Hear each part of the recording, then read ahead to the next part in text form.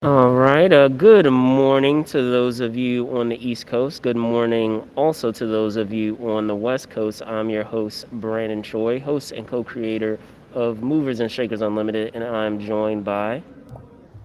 Jerome Bourgeois, co-creator, co-founder of Movers Shakers Unlimited.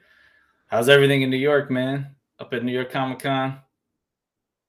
Yes, so as you saw in the title, guys, I am live at New York Comic Con, enjoying the sights and sounds and, the various happenings that are going on here. Before I hop into, a brief review of, some of the things that, have gone down uh, the past few days here at New York Comic Con, I just want to go into a couple of reminders, of course.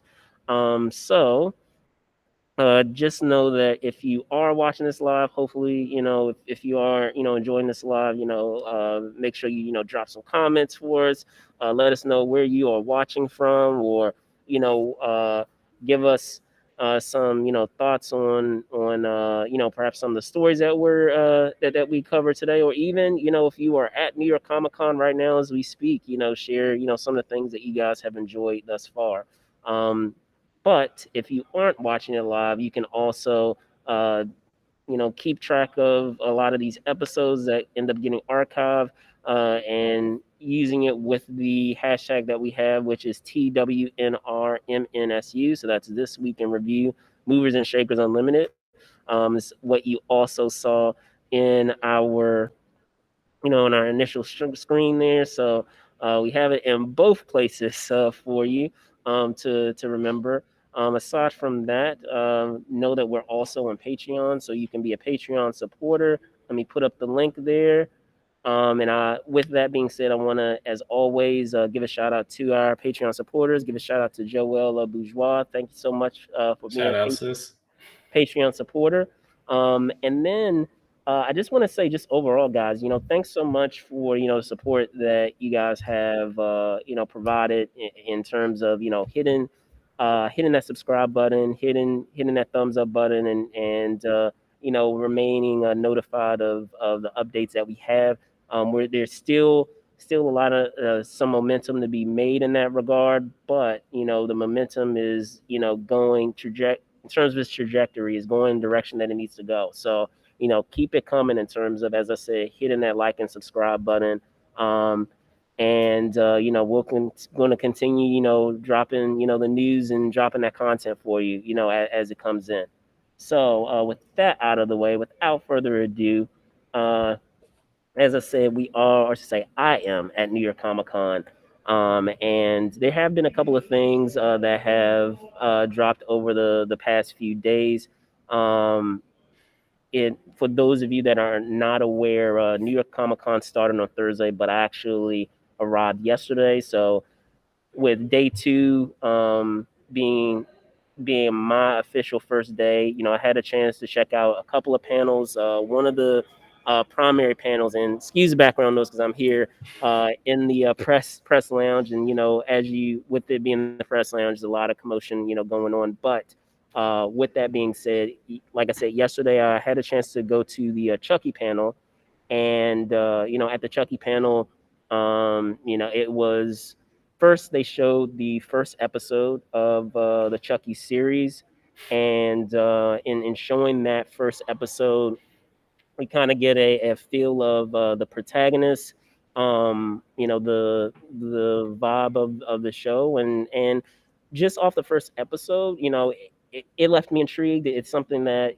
for those that are Chucky fans, I feel that they will very much enjoy, and there are some things that are planted there, and I'll be honest with you, they kind of spoiled it a little bit during the panel itself that followed the screening, that we will have some, nice Easter eggs and fan service for those that enjoyed the movies with certain characters. So we might see a couple of characters make a return, or peek their heads, so to speak. So, one, but I was going to say, in addition to that, a couple of takeaways that we get from that, and I would say it's not just with the series, but more so with what followed with the Q&A portion. So they had Jennifer Tilly, who many people know if you know the Chucky movies as Tiffany from the Chucky series.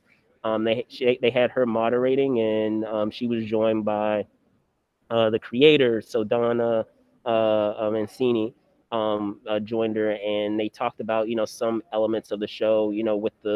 With the protagonist. The protagonist is very much inspired by Don himself, and his experiences as a adolescent, and uh, will have the reason he goes into it, the reason why he decided for this series to really hone in on adolescence versus perhaps what we've had in the film series with the kids being slightly younger, is that he wanted to delve into that idea of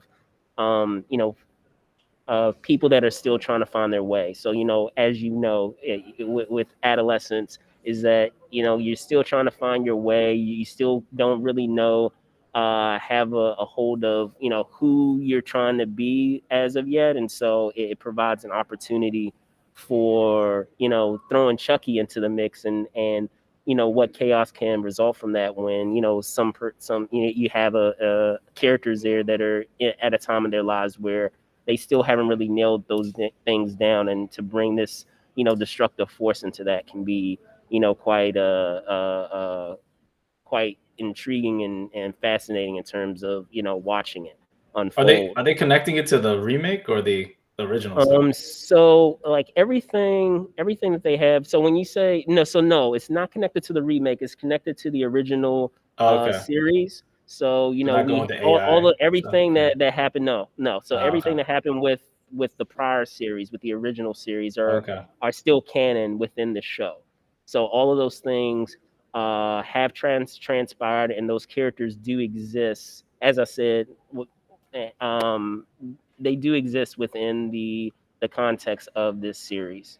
We will have the return of a couple of characters. I feel like they have already spoiled it in the show, or I should say in the promotional material. But all I'll say is that without getting into specifics of who's returning, there are a lot of OGs, I would say, from the film series that are coming back.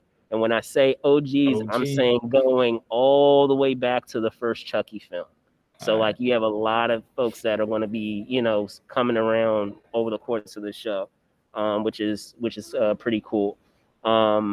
But yeah, like as I said, I had a chance to see that. I had a chance to run into a couple of friends. Shout out to Emily Whitten, who many of you guys know did the AG chat with M, so the American Gods breakdowns with us. And we had a couple of other friends to the show that I had a chance to run into. So shout out to folks over in Artist Alley. So that includes, Dan Duggery, Dan Parent. Shout out to Tom Zoller, and many others. Apologies if I didn't, drop your name, but as I said, there were a lot of folks over there, friends of the show that have been on the show. Um, and they're as always doing their thing over in Artist Alley at the con of this weekend. Other than that, I mean we do have there is one other piece of that I do want to remind people of, but I'll save it towards the end. Jerome, did you have like any thoughts? Oh, and then one thing that I will say before we switch gears is that it was brought to my attention, and I wasn't even aware of this, is that apparently they had I do know that they had the Ghostbusters panel yesterday, but Okay. apparently during the panel they showed the whole movie. So Okay. Wow. so for those of you that went to that Ghostbusters panel, drop a line in the comments and let me know, your thoughts, give your brief synopsis of what you thought of the movie if you did end up going to that panel. I love to hear it. I didn't have a chance to make that panel. Had other things going around that time that That's day, pretty dope. but apparently they dropped the whole movie. They just let it fly. So, but yeah. But no, did you have any other questions, Jerome, or thoughts of like, how the show itself or things that we're seeing? How is it though compared to like other shows now in the pandemic that you've been to? Because I know we were up at Awesome Con and there was, I mean, obviously, it was limited compared to, I mean, though it was still pretty, there was a decent amount of people there. But yeah, I'm just curious, like based on the other ones you've been to, like now, this is like the second Um, one that you've been to that's like a big one during this pandemic? Like a or Yeah, so if I were to compare it and mind you, I've only been to one New York Comic Con. Like the last one that I went to was 3 years ago, it was in 2018, and um there's some things that are cool. So they have a new facility that they've attached, like a new a portion of Javits Center that they've included. So it provides, tons more space for their programming. It's like a state of the art building. It looks awesome. And it's, like I said, it's connected to the original part of the building. So you have that element there. In terms of like capacity, I would say, considering everything, this show is still relatively full. I would say, if I don't really have a basis on this, I can still tell that it's not, at full capacity as it normally would, but I would say it's maybe at 65, 70 capacity of what we normally expect. It's still a lot of people here and under all the were circumstances. they enforcing the whole vaccine card? Because I know New York is Yeah, even stricter now, yeah, so they're like yeah. So checking. you can, yeah, you have to Yeah. check it. Yeah, you have to check that as soon as you get in the door. So like, and they have to see that, and then they give you a wristband too that you can get, to show proof of vaccination and that type of thing. So, that Okay, I'm wearing here interesting. that you saw. So, yeah, no, it wasn't something that that the show is flaking on. Like, they are I mean, it's New very much York. Yeah. enforcing it and making sure that happens. And I mean, it's not surprising either, because I did the yesterday. I hit up a couple of places to grab a bite to eat, and I mean, just in terms of protocol, like, you can't even enter any That's what I was hearing. any business without showing your ID and your card. So So it's hardcore New York. Oh wow, because I'm coming up to New York like I think not next week, the week after that. So yeah, so I no man, I'm managed to. I playing. mean, I managed to go to a couple of places to eat, and I went to a concert yesterday, so I'm a little tired. Concert? But Oh, what concert? Who's playing? some I would have to look up the name, because it was a invite from friends. So, and it was like a last minute thing. But yeah, like, I'm a little tired, but otherwise, like, yeah, even at those Yeah. at the club, like, you have to show like your ID and your vaccination Any card. other So parties? They have some parties tonight, man. I want to know. no, because I'm going bright. I'm returning home bright Oh and yeah, you got to early, take the super bright, 2 a.m. super straight bright, or 4 super a.m. bright. What time? 2 But yeah, a.m. My yeah. man. So My super man. bright, Wow. dedication, right? That's Dedication. yeah, So, yeah. Talk about red eye, man. I was like, you can have so, more worse than red eye. but yeah, no. Did you have any other questions before we hop into the first story? No, I mean just no, just let us know. I mean, I guess with your other interviews and pan. I mean, I'm just Yeah. curious what other stuff is there that I'd probably check out. I mean, what's like the biggest thing that's So, focused on that they the I biggest mean, it's no different than San Diego, honestly. Like, in terms of the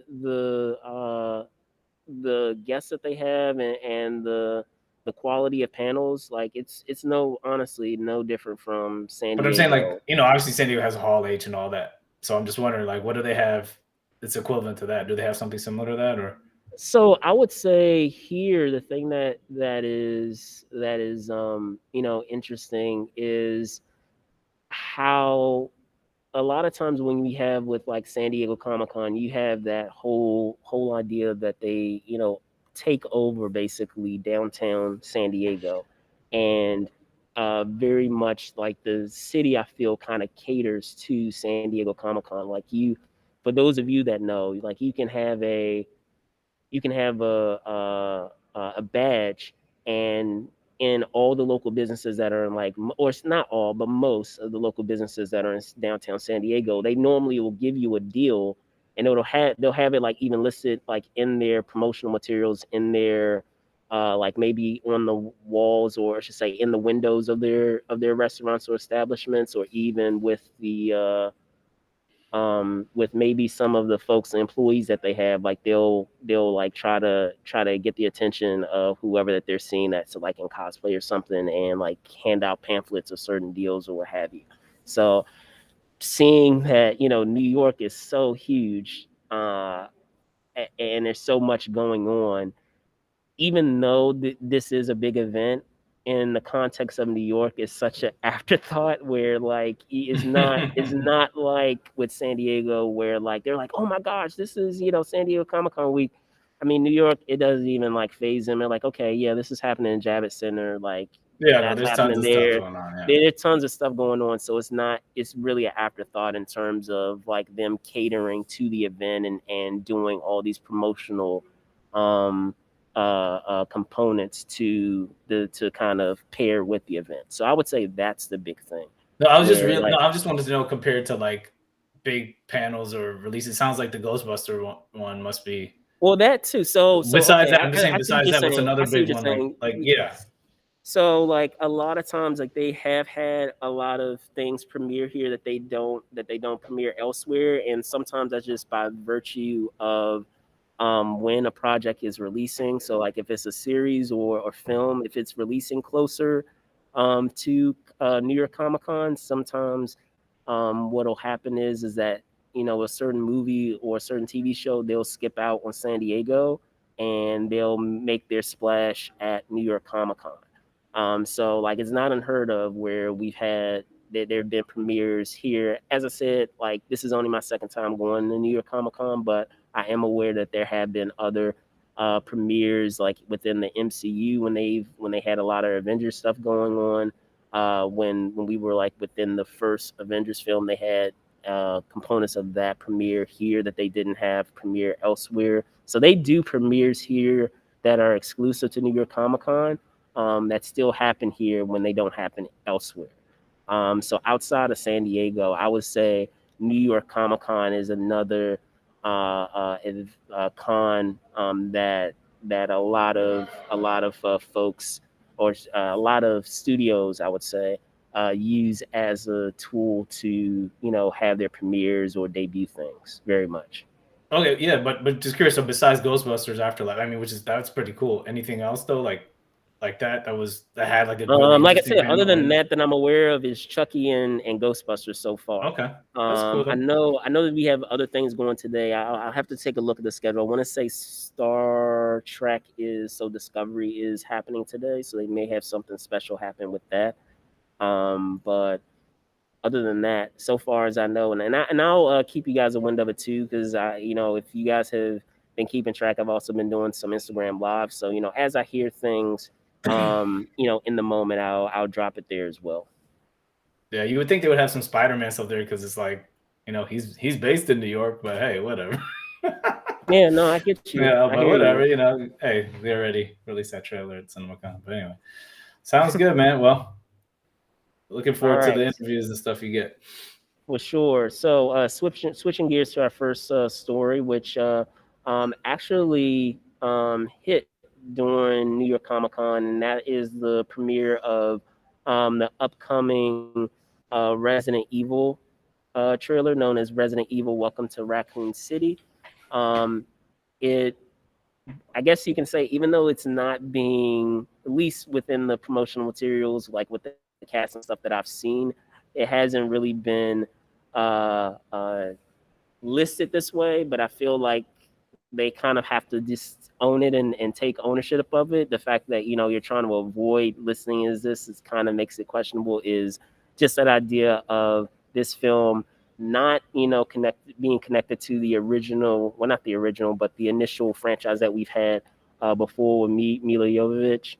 That we know that, I mean, I'm trying to think. I want to say it had 8 installments. It's crazy to think that it had that many, That's but nuts. yeah, it had eight installments in its franchise, and with this film, is very much a reboot. I know, like as I said in materials that we've seen, like with the cast thus far, when they debuted this trailer, that they didn't want to coin it as that. I feel like there's kind of a negative, I guess, connotation with the idea of a reboot. But I feel like if it's a reboot, it's a reboot. Just own it. Like it is. That is what it is. Now, if the movie's any good, that's a whole other thing. But um, I mean, based on what I saw, I think you had a chance before we started to check it out.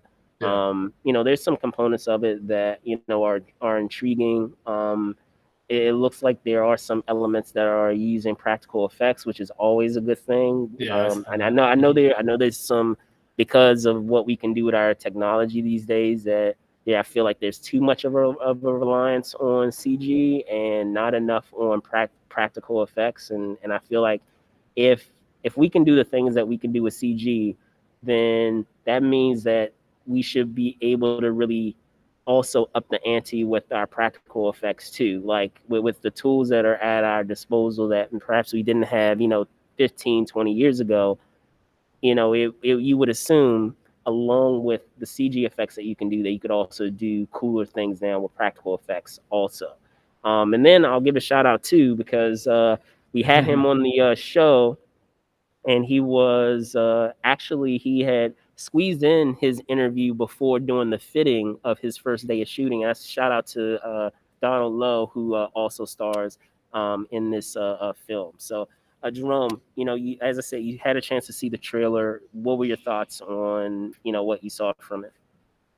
Yeah, man. I mean, it looks pretty good. Like, I mean, um, I like these. I'm not like, I mean, yeah, I like zombie movies or whatever. And I mean, I'm not the super biggest zombie fan, even though I love Walking Dead and, I love like, Army of Dead, Dawn of the Dead, that remake Zack Snyder did, and his newer one. But I'm gonna be honest, like I haven't even really checked out the Resident Evil franchise, so I'm gonna have to go back and watch the other entries. But I mean, this one looked pretty good. I mean, and the effects do look pretty good too. Like you're saying, a good mix of practical effects and CGI, and it looks like they're going back to the origins, or of everything. I mean, I used to play the video game back in the day, so it'd be interesting to see how it turns out.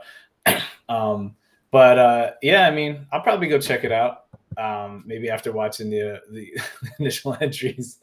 But the only thing I will say, regardless, is not just for, it's not just specific to this movie. It's just, I'm just wondering how many more zombie movies you really can put out there, unless it's really, you're really putting a unique spin on it. Because I feel like, if they've played that genre out so much. I mean, you got to really think of a creative way to spin it, if you're gonna do that. But yeah, I mean, I'm sure fans of the franchise are probably gonna be happy, to get another entry. I mean, obviously, I mean, you said if there's like 8 or 7 or whatever the number is, I mean, they obviously have a fan base. So yeah, I'll probably check it out. Cool. And I mean, I know you brought up the fact that that it has that zombie element.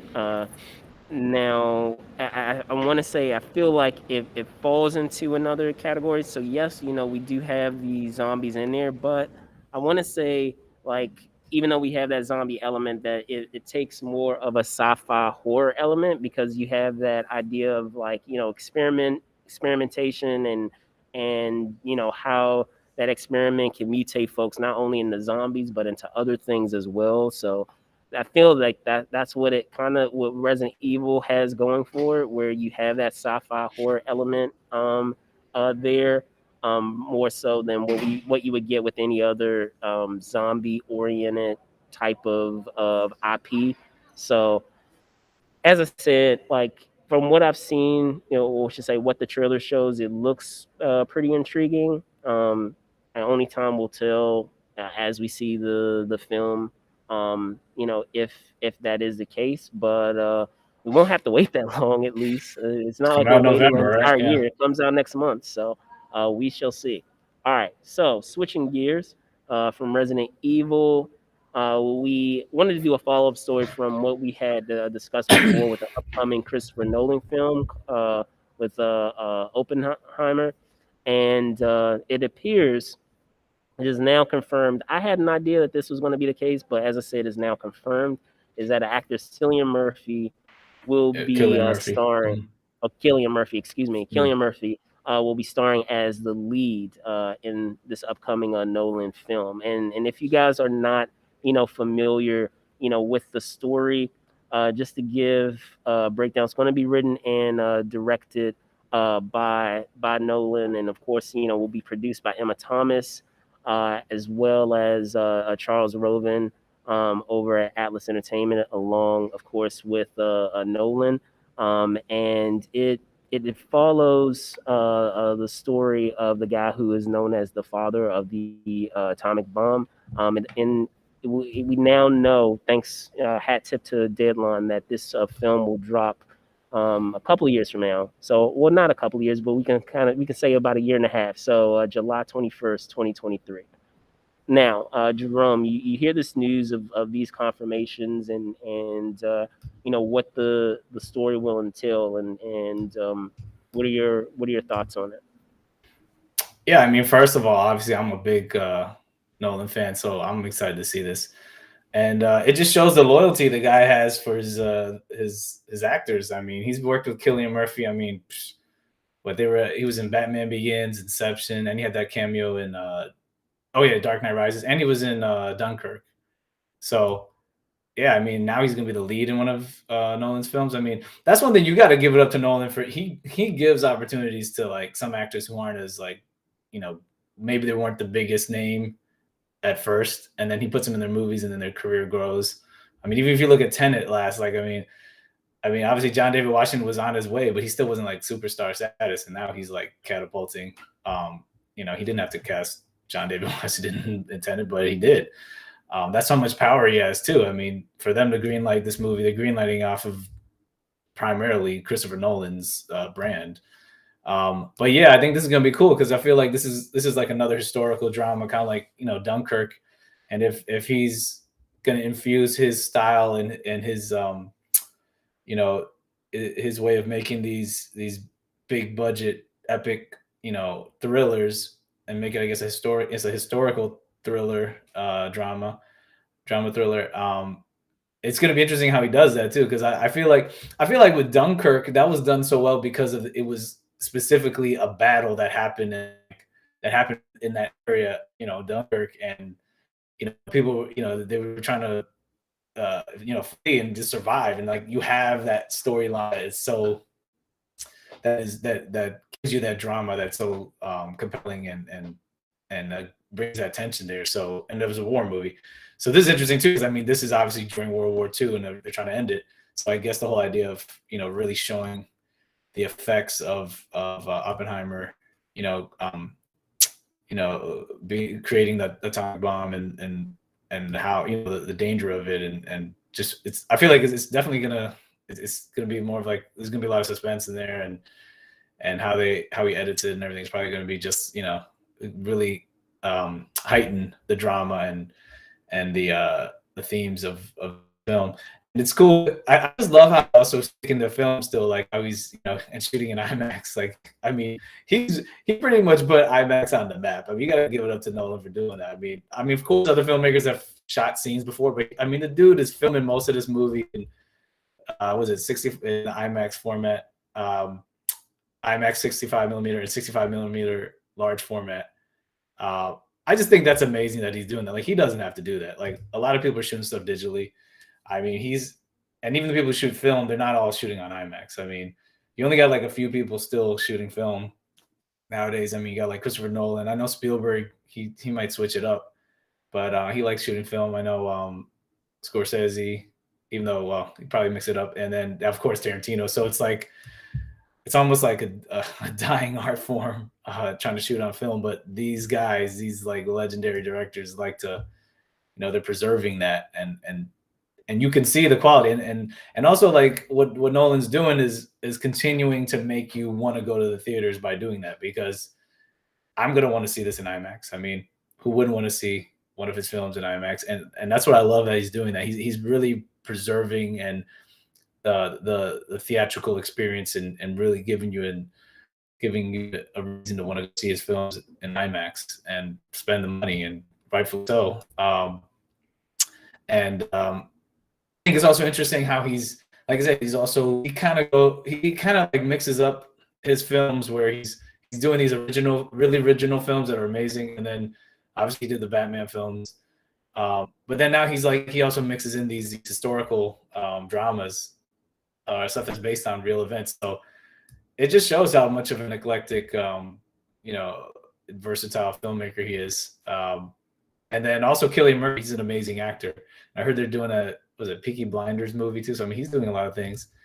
But But yeah, I mean, this is great. I'm sure this will further his career.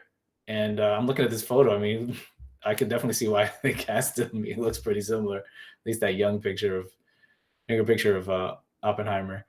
But yeah, I mean, this looks like it's going to be a great movie, and I like how you know, like Christopher Nolan, he's pretty loyal with his crew, and I mean, he's bringing back his DP from at least from the last film, Hoyt van Hoytema, and editor Jennifer Lamb, and of course Ludwig Göransson, who did also Black Panther and Creed, and won the Academy Award for scoring Black Panther. And I mean, he's an amazing composer. So I mean, I love the score of Tenet. So I'm sure this one's going to be amazing too.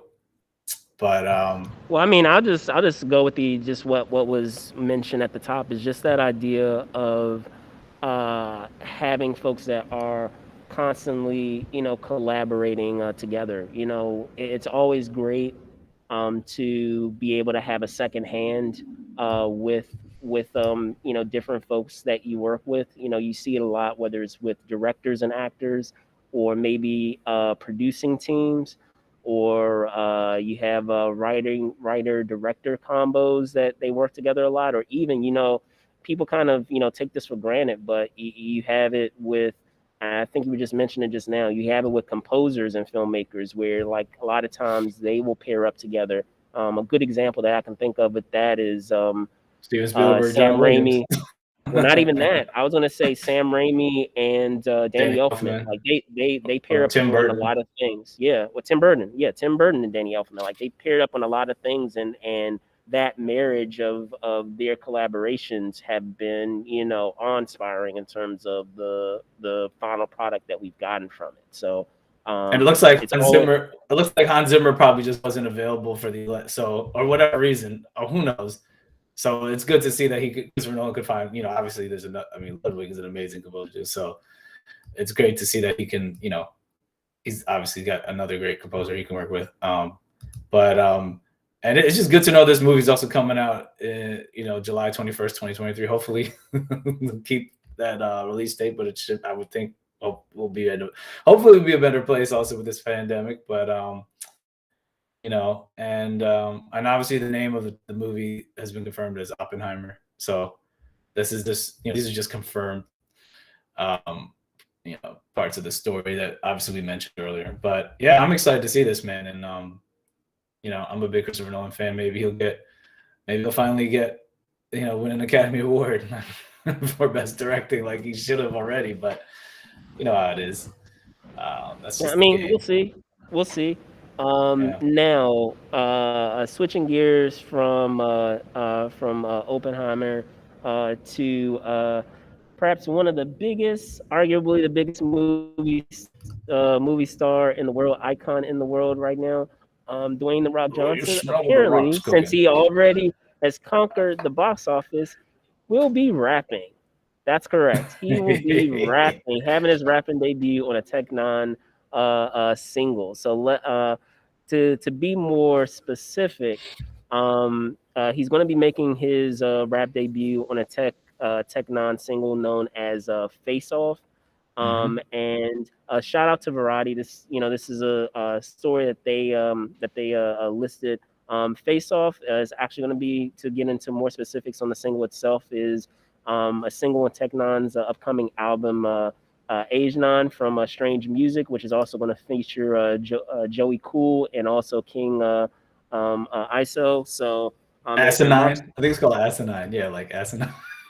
Oh, okay. Yeah, I was like, that sounds like. I'm aging myself. So there you go. But yeah, no, it marks the collaboration between the most successful independent rapper in hip hop history, and of course, as I said, arguably the biggest movie star in Hollywood. So I know, and in talking about this story, apparently The Rock and Tech Nine have known each other, a good deal prior to this collaboration happening. And I do have some thoughts on it, but before I hop into that, I'll punt it over to you. Go ahead. Yeah, I mean, I thought this was an interesting story. I saw the video already. Like, it's actually a pretty decent song. I mean, the hook is kind of, it's all right. I mean, I'd have to listen to it some more. and obviously Tech-9, he spits fire, like his cadence and how he, and who else is on there? Was it Joey Cool and King ISO? And like they have that fast rapid fire flow. They call it was it sniping or whatever. But I just thought this was interesting because how there's been like athletes, like Shaquille O'Neal. I think Kobe Bryant even rapped for a little bit, and like what Well, even also, actors, Eddie I'm brain Murphy. farting on it. Eddie I'm Murphy is brain like farting on it, saying, but I was gonna "No, say go I'm ahead. What were brain you saying?" farting on it, but the Portland Trailblazers. Guys, if you guys can shoot in the comments. Damian Lillard, like he raps a great deal. I know you don't really follow basketball, but Yeah, he's I the mean, I didn't know about his stuff, but point man. guard for the Portland Trailblazers. Well, I'm just trying to say the He ones that can I spit. know that actually made like a spot. Like I remember when Shaquille Him O'Neal too, had that though. had that He's I'm done a couple. outstanding or whatever and all that. I was just like, whatever. But whatever. Hey, Shaquille O'Neal, he could do his thing, but it's just kind of funny to me seeing some of these guys. But at least, hey, if they want to try, they could try. I'm just like, take it seriously. But it looks like The Rock. It looks like The Rock, at least like with this, he picked a specific song and a theme that matches what he does because he worked. He's this huge cut dude. Like, I mean, he comes from wrestling, and obviously he was trying to play football first, but then he got to wrestling, and then obviously became the biggest star, one of the biggest movie stars. So working out is such a big thing for The Rock, and this song is like a workout type of song. Like, I could see it. That's what he was saying. Is like him and Tech-9 were like, yeah, we want this to be played in weight rooms and be an anthem and what's it called? It's just interesting at the end, like hearing The Rock do his thing. I mean, I'm not saying like I'm not look. I'm gonna have to probably hear more verses from The Rock to see his rap skills, but at least I'll give him credit. How he was rapping, whatever, is like it's on point with his brand and like what he's about. So it sounds like that's why he did this, as opposed to like him. He could have done a song with. I'm sure probably with anybody. I'm sure he's friends with a lot of rappers. Like but I mean, no, I that's what mean they said. it's stated even in the article that he's been approached to do, and I'm actually I'm really curious, like who specifically like reached out to him. Like I'm really fascinated to know the list of folks, because I mean he alluded to there being major musicians that wanted to reach out to him to do a collaboration. So I would love to know who specifically that is. But the fact that he didn't really respond or connect with those that prior that wanted to do that, but chose to do one with Tech-9. That really says something in terms of his relationship and his friendship with Tech-9. So, and it's interesting because this is in the article on Friday. Like they met each other. They met each other on the set of Ballers. I mean, I don't remember him having a cameo in there. Maybe he did, but maybe he's around. I probably have to watch the series again. But that's pretty cool. And then Tech-9 didn't even want him to like. He didn't even originally want him to rap on the song. He just wanted to say some motivational stuff at the end. And then hey, The Rock, he wants to rap. He has a verse. Let it. Why not? And then the good thing about this is, I mean, I know Tech-9 or whatever, and I mean, he has some, some of his songs are amazing, and like I just like his style. I mean, he puts in he adds that alliteration. He's got that rapid fire flow. I mean, that's and I mean, he's one of the few that actually like, when I heard him like on a song, he had Eminem on there too. I was just like, I mean, he definitely could hold his own, or he had like they could handle that, and that's why it's funny. Like if you hear one of the things called Speed 'em or whatever, there's some other songs like Eminem likes to get on track with people like this because they actually have they can do a lot of that rapid fire flow or use alliteration or just it's almost like a lyrical exercise when you get on the track with Tech-9. So like you got to bring it. You have to have some sort of skills, but some sort of skill level. But what was I gonna say? I just thought that was interesting how he just wanted The Rock to just say something motivational, and then he got a verse. So that's pretty cool. And yeah, it just shows like The Rock, if he wants to do something, he's at that level, he's gonna do what he wants to do. But he was even saying in this article, it's like not about the money, it's not about the, I guess, the press or whatever it is. It's like, does it make sense, and does he want to do it, and is it gonna be fun, and does he have a passion for it? And you got to give a big up to The Rock for doing that, because now I'm sure there's a lot of people who don't even know who Tech-9 is, and he's giving Tech-9 a whole bunch of new fans, I'm sure, and more publicity. So that's good. I mean, if you have a huge movie star on your song, and I mean, he's an independent artist, I'm sure that's gonna give fans and help him out. So like, really, The Rock didn't have to do this.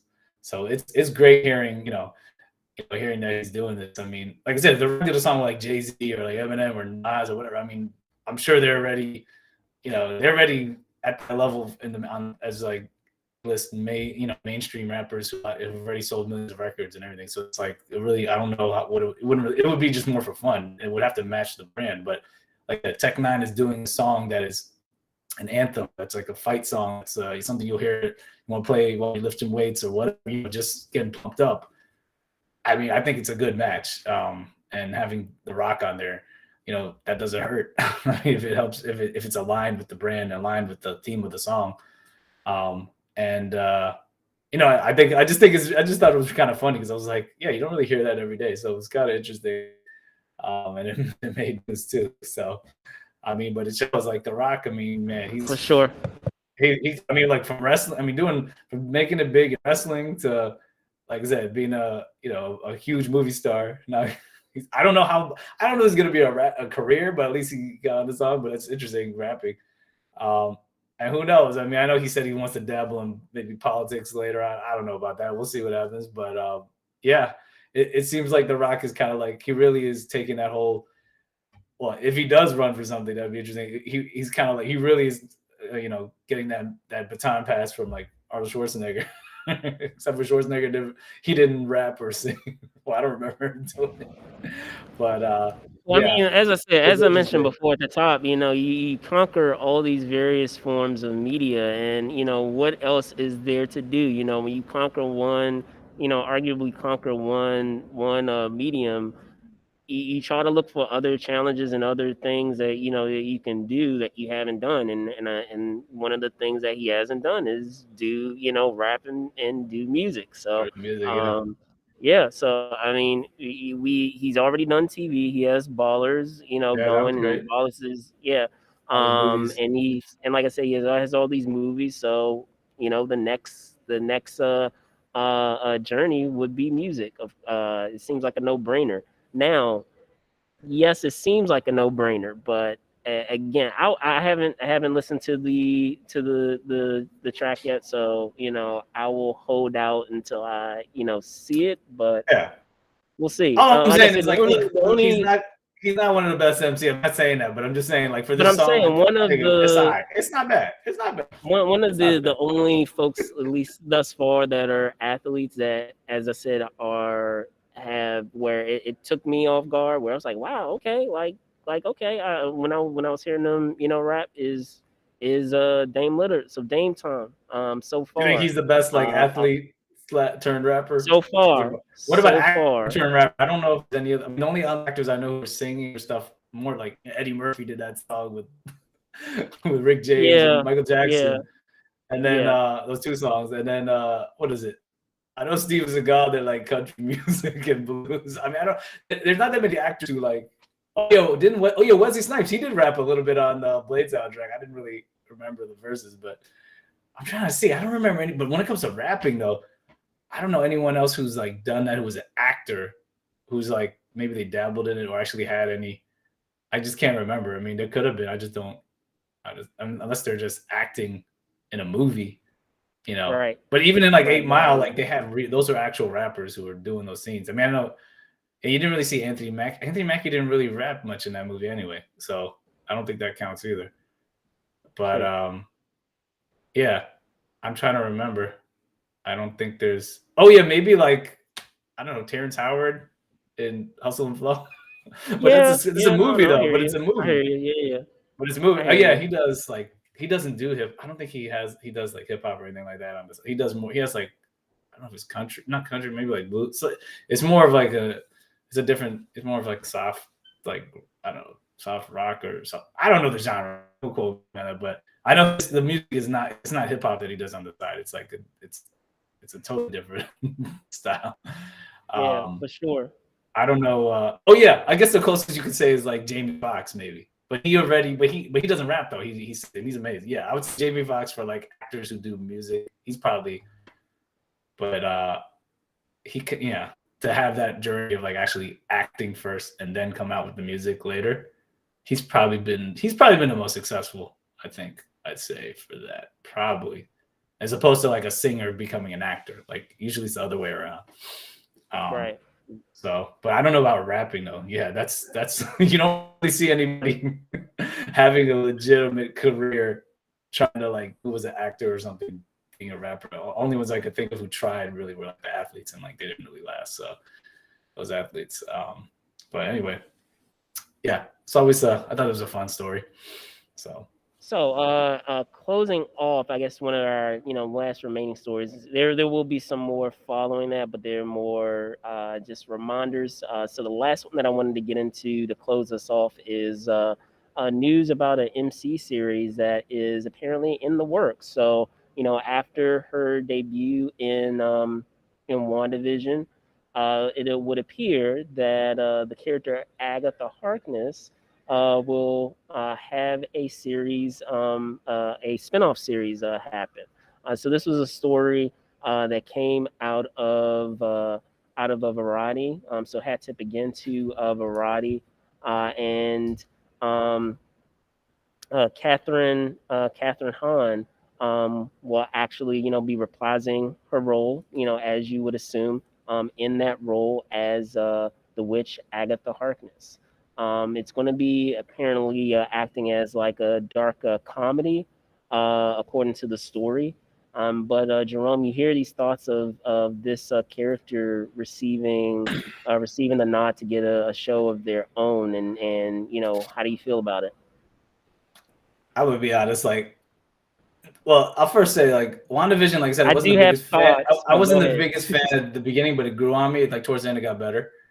Even though I respect the style and everything, but I will say like I don't I didn't really see this coming, and I don't really think it's necessary. I mean, I thought her character was like, she was okay, but I wasn't like so amazed, like, oh, she needs her own show, and I don't really see the reason. But I mean, I'll give it to Marvel for actually trying to do something, trying to have like a different type of show, or just do, or maybe explore a unique character or different character that they weren't maybe originally thinking of giving a show to. I always think it's interesting, like if they could do a spin-off of something, if there's actually like story there or something that's really unique or gonna add value to the whole universe. I don't really see that with this character, so I'm not really excited, or I don't, I'm not really looking out for it. But they could prove me wrong. Maybe if they really go deep into, I don't know, Scarlet Witch's history with her, and then I don't know if they. I mean, to me, the only really interesting stuff with Scarlet Witch after a while is like, are they going to connect her to Magneto? Like, that's what I want to see. Like, I really don't care about like all the Salem witch stuff. I mean, and those characters, unless there's some character, they're gonna bring in some other really interesting villains or something in that world. I don't know. Maybe they could, or other characters. Maybe they could bring Ghost Rider in there because Ghost Rider, which is so maybe it might tie into Blade with vampires. I have no idea, but I'm not really checking for that. I would actually prefer if they focused on like other characters that haven't, which they are doing. Like, obviously they're gonna have a She-Hulk series. They're gonna have Miss Marvel. They're gonna have Moon Knight. I like that route. Like, first, let's give these other characters that nobody knows about that actually, I think really add value in a different part of the MCU that we haven't seen and that are introduced, as opposed to just like maybe a supporting character in, um, that's, I mean, I will say that at least because she's a witch, so yeah, you could kind of go more in the direction. But like to me, that world is only interesting if you're gonna bring in, like I said, like you have, I guess, like Ghost Rider, or you're gonna bring in, I guess there's Nightmare, there's I don't know, Mephisto. I don't know, like maybe if you get into that, and we see those other characters, something like that. But I feel like that's also in Doctor Strange's world too. So if you're gonna somehow combine that, but I don't know about just for herself, having her own show. I mean, I'm not that interested, but I feel like I feel like there's a lot more other characters that haven't even been introduced that I think deserve shows before she does. But hey, I will say, Marvel is cranking out a whole bunch of shows, so it seems like they have the bandwidth to do it and to crank out all these shows. So maybe they're just like, hey, if maybe they're looking at like the ratings of people like certain characters. They're like, okay, why don't we do a show while we also introduce these other characters too? And if they're releasing like 4 or 5 shows a year, I mean, I guess they can do it. But I've been proven wrong. I have been proven wrong. I'm not gonna lie. Like Loki, I didn't really think he needed his own show either. But how they connected him into the universe has been amazing. So that was pretty cool. How they brought with the whole TVA and they explored that, and then obviously with the whole thing with Kang and whatever. You guys you should have watched the show by now, but or he who remains or whatever you want to say. Going into that, that's what made Loki interesting. If Loki was just if he was just going to explore different time periods and that's all it was, like I don't know how much I would have liked that show. But because they brought in that element, they really went into that whole the time variant authority, various authority, and the and they're really building on the multiverse and everything like that. That is cool because it really is tying into everything. So like, I mean, I know they have a plan, so that makes sense. But like, I feel like her character would have to really have storylines that are going to fit in to something, to the direction of everything that's really interesting. And to me, I mean, I don't know. I mean, I don't know how that would work with her. They could do it. Like I said, they've proven me wrong with Loki. So, I'll just go in with like low expectations. But I'm just not really hyped about her getting her own show, at least right now. So, but I could be pleasantly surprised. I would say for me, the big takeaway for me is just that idea that she is a character who is a supporting character, and it was a character that many folks didn't really anticipate to really take off or blow up, so to speak. And so as a character that is kind of if I were to talk about the idea that she kind of just took off and she took the world by storm, not just with her personality and but also with that song that so many people like, that really blew up the charts with it was Agatha all along. Like when that song came out, it was like it was everywhere. Yeah, yeah, it was. Yeah, no, it was everywhere. Like, when people were trying to download the song, I would, find a story, but yeah, like, that song was, like, extremely popular, once it hit after, the series. So and people were making, like, spinoffs and stuff of that, or remixes of that song, and then it even became its own thing. How you always say, like, when things are popular, when it becomes a verb, or when people when they try to implement it into it got into pop culture into a major way of it was, instead of it being Agatha all along, people would put in fill in the blank, it was so and so all along, but they were alluding to this initial song. So um still, with all of that in mind, I would say that I'll be in the same camp as you. I'm a little skeptical of whether or not there's enough here to be able to do a whole series on. I feel like we have some characters in the MCU, and don't get me wrong, like we have some awesome characters in the MCU, but there's some characters there are some characters that facilitate having a entire series centered around them, and then there are others that they function best when they're like sprinkled about in someone else's story, when they're able to play off of when another character is able to play off of them as a supporting character. Again, we'll see when it should the series happen, and we have the series um, make be official and happen. I could be proven wrong, but at least on paper, I feel like she is more.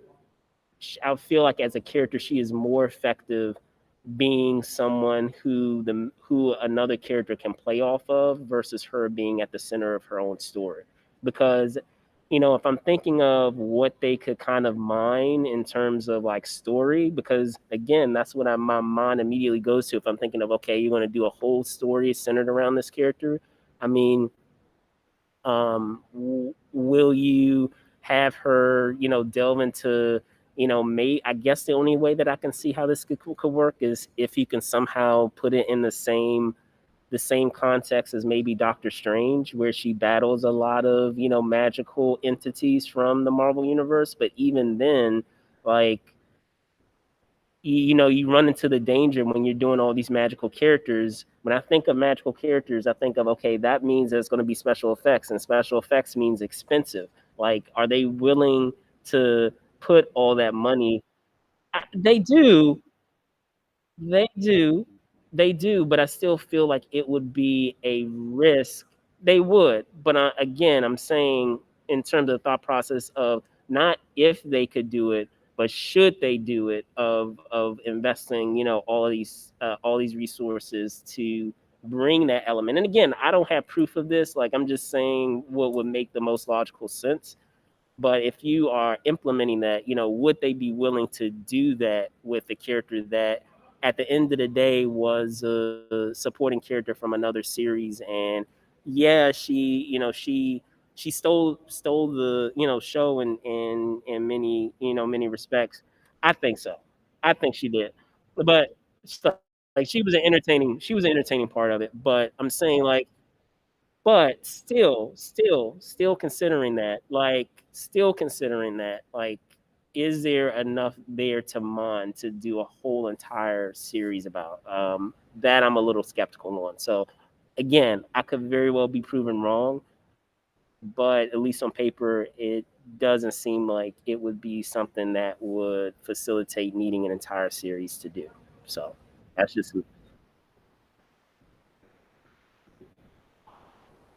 it's isn't it, like again, it's not even that. Again, it's not even that. Like, I'll give me an example. Like, I think Winter Soldier is cool, but like Winter Soldier, I feel works best when he plays off of a different character. So like, you have those characters that are great supporting characters, but like they don't necessarily need their own series. They function best when they are, partnered with somebody to play off of. Um, because like, you need someone there. She's going to be doing all this zany and mischievous stuff. Like, you need that character who is like the straight and narrow character that you have in comedy to kind of play off of for that comedy to work. So like, maybe I we'll see. Maybe they'll provide her with another character that she can play off of that will allow that dynamic to happen. But still, like I said, on paper, I'm a little skeptical if that is, feasible. So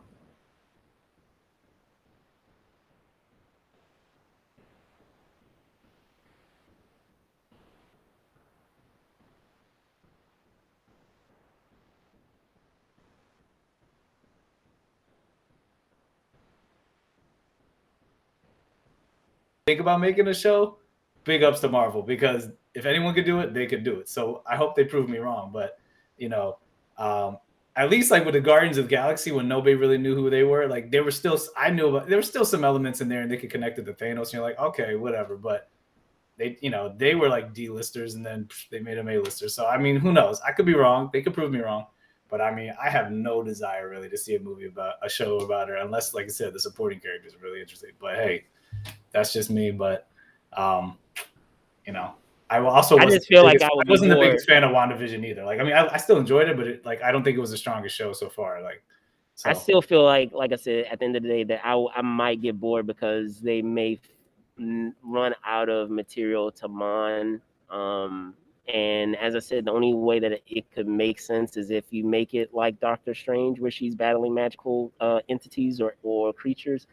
So we'll see. I don't know. I'd rather see like a blue maybe like you said, freaking maybe like movie before this. Like, you know what I'm saying? Like, or I'd but I'm rather. saying They even might as then, well. They should have maybe they given can. Black Widow a series. Then I mean, it's like, come But I'm on. saying like maybe what they could have, In maybe addition what to they their will movie. do is try to partner it with because I know a lot of times with a lot of series they will implement different things to have it have meaning or to make it seem be a an important element of their storytelling. So maybe they'll try to use it as a back door to explain some supernatural entities. Like maybe they'll use it as a back door for vampires or something else, just to have it have its own importance in the bigger scheme of the MCU. Maybe they will put something in it to give it that element where it has something that makes it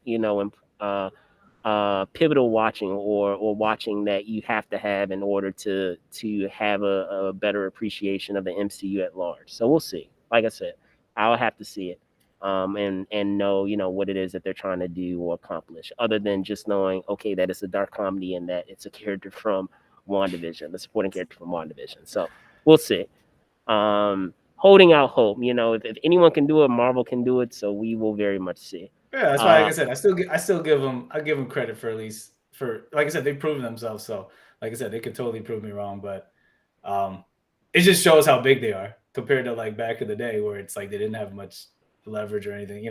Right before Iron Man, or even before that. Like obviously when Blade came out, and then that saved them to finally get to this place. But isn't that crazy how like, wow, we're 2021 and Marvel is even thinking about making a show about a character that, I'm sorry, most people, I had no idea who she was until I was like, who is this? I And I did, think but I had most forgotten people about don't the know who the hell character she because is. she's appeared in a couple of animated series up to this point, But and I'm she's sorry, played a no, but role. I don't think anybody was But checking for Agatha Hart. I really don't think anyone was checking. I think more people were checking for here's the Scarlet thing Witch's though, connection like to Magneto one could before this. arguably say that about the beginning of the MCU too, because I mean, for all intents and purposes, I don't know. I know most people don't want to think of it this way now. I mean, Iron Man was a C-list character, No, but guys. Iron Man still had like, he was in cartoons. Like there still was more people checking for Iron But he Man was than, still a C-list character at the end but of the she's day, like even Z-list, the man. Avengers.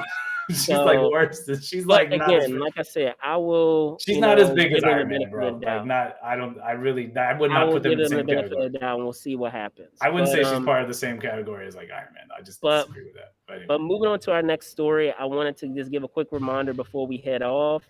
And that's, of course, as I said, if you've seen a title that we are at New York Comic Con, I should say I'm at New York Comic Con.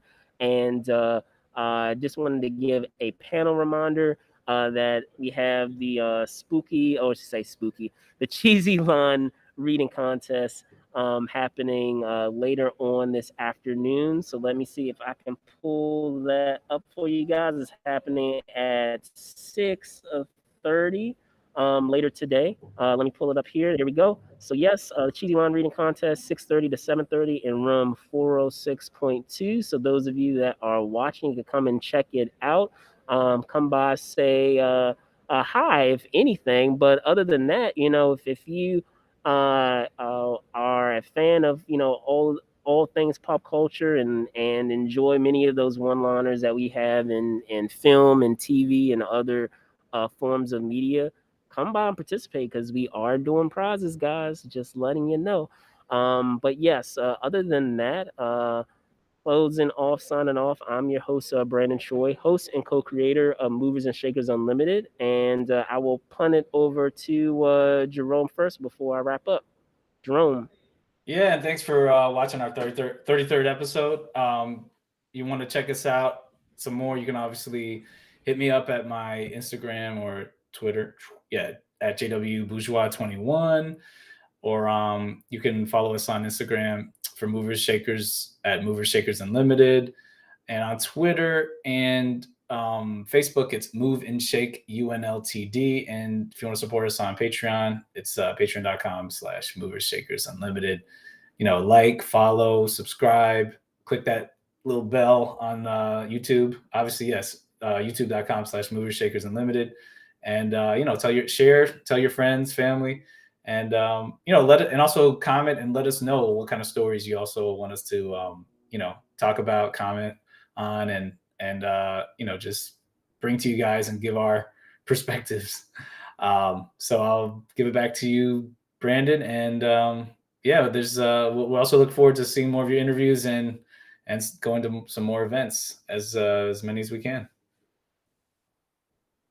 Cool stuff, guys. So yes, as I said, I'm Brandon Choi, host and co-creator of Movies and Shakers Unlimited, and you can find me at Brandon Choi ENT, which you see there on Twitter. You can also find me at Brandon Choi underscore ENT on Instagram. And just the second, what Jerome said. If there are any things that perhaps you like to see, feel free to drop it in the comments in terms of some stories or maybe some events that you guys are intrigued by, and perhaps you yourselves are not able to go. We might be able to go. Now, other than that, also, again, as I mentioned at the top, I want to thank you guys for keeping up the momentum of hitting that like and subscribe button. Please, by all means, continue to do that. Hit that like and subscribe button. As there's still some milestones that we are, on track to hit. So thank you guys so much for, for your support. Other than that, thank you guys so much for watching. Be safe out there, and see you soon. Peace Peace. out.